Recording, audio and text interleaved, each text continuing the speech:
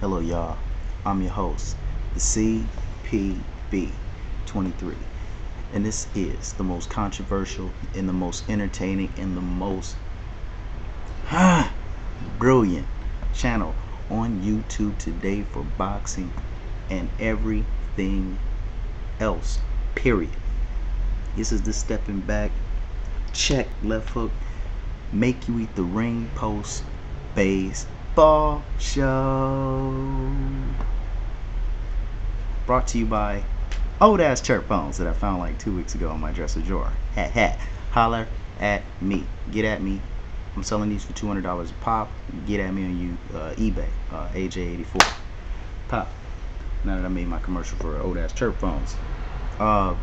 This subject is about baseball, ladies and gentlemen. Two things. The double standard. Alright, the double standard is this is why I'm burning. You know, Jim Rome said he burning, I'm burning right now. Barry Bonds, not eligible for Hall of Fame yet, period, or whatever. Let's talk about Barry Bonds and the steroid thing. Alright, where do I start? Barry Bonds started out his career hitting about 280s, 290s, 25 to 35 home runs most of his career. Until one season he hit 73, and then the season after that he hit 52 or 57 or something like that. Then he went to like 40, then 30 something, and then fell out as he retired and got older, and broke down from injury. Barry Bonds was always a great player. Gold gloves. Had a pretty good arm when he played with the Pirates.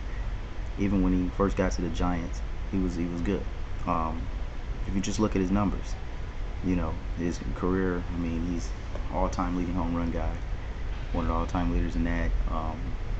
298. I mean, the first guy that gets 500 stolen bases and 700 home runs, 500 basically. He's unbelievable. He's an unbelievable player then, and he was unbelievable once he picked up his numbers. And this is why I'm pissed. Now, you guys criticize Barry Bonds for being on steroids. I think Barry Bonds just became a patient hitter over the course of his career, especially when he did hit the 73 home runs. And after that, remember, the guy, steroids don't make you walk 220 times. Okay, the guy got walked 220 times a couple of seasons and struck out like 30 times and was a big time home run hitter. That is like fucking out of insane, because usually baseball players, when they're a 40 home run hitting guy, they strike out at least 100 times. That's why I give Pujols credit, because Pujols hit home runs, 40 plus home runs, 30. He's been always 300, 30 home runs, 100 RBIs, 30 doubles. Every season, he's always been like that, but only strike out like 50 to 60 times. Barry Bonds and Pujols are like the kings of baseball. I don't think there's anybody that'll come around to be like that.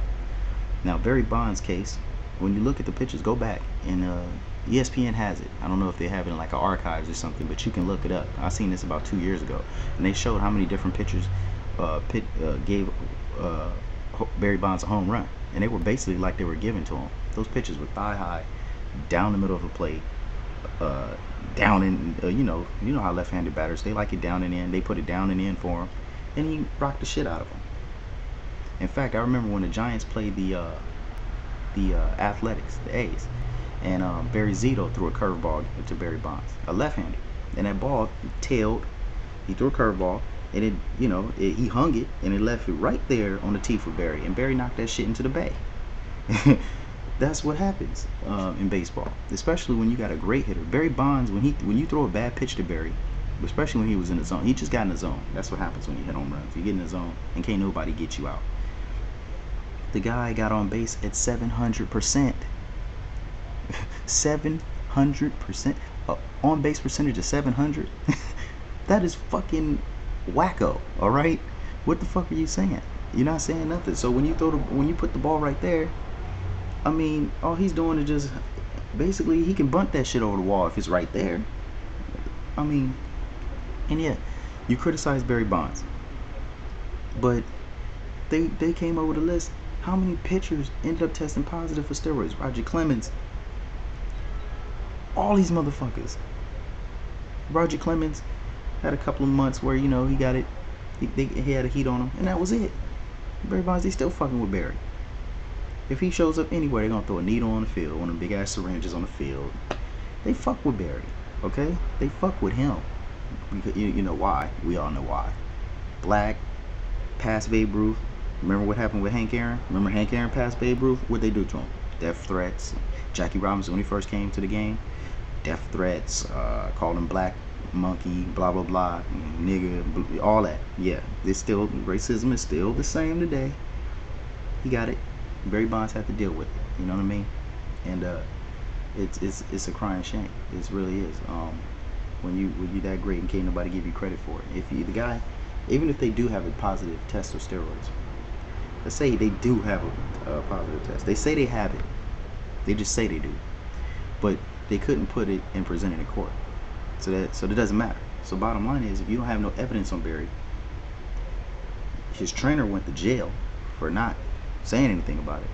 It's either because Barry Bonds did have something to hide, or did have something to hide, and Barry Bonds paid him off, or the trainer was just telling the truth and they just got him in jail for nothing. Either way, there's no proof that Barry Bonds is on anything. So if there's no proof, give the man his Hall of Fame, give him the glory, all that good shit, and let it go. Let it be. I mean, just because it's another black man past Babe Ruth to me wasn't that good of a player. He played in a dead ball era. He played with pitchers pitched 500 innings a season. I mean, they were all tired when he pitched to him, and he's gonna knock the fuck out of the ball. Okay? But everybody gives him credit for that.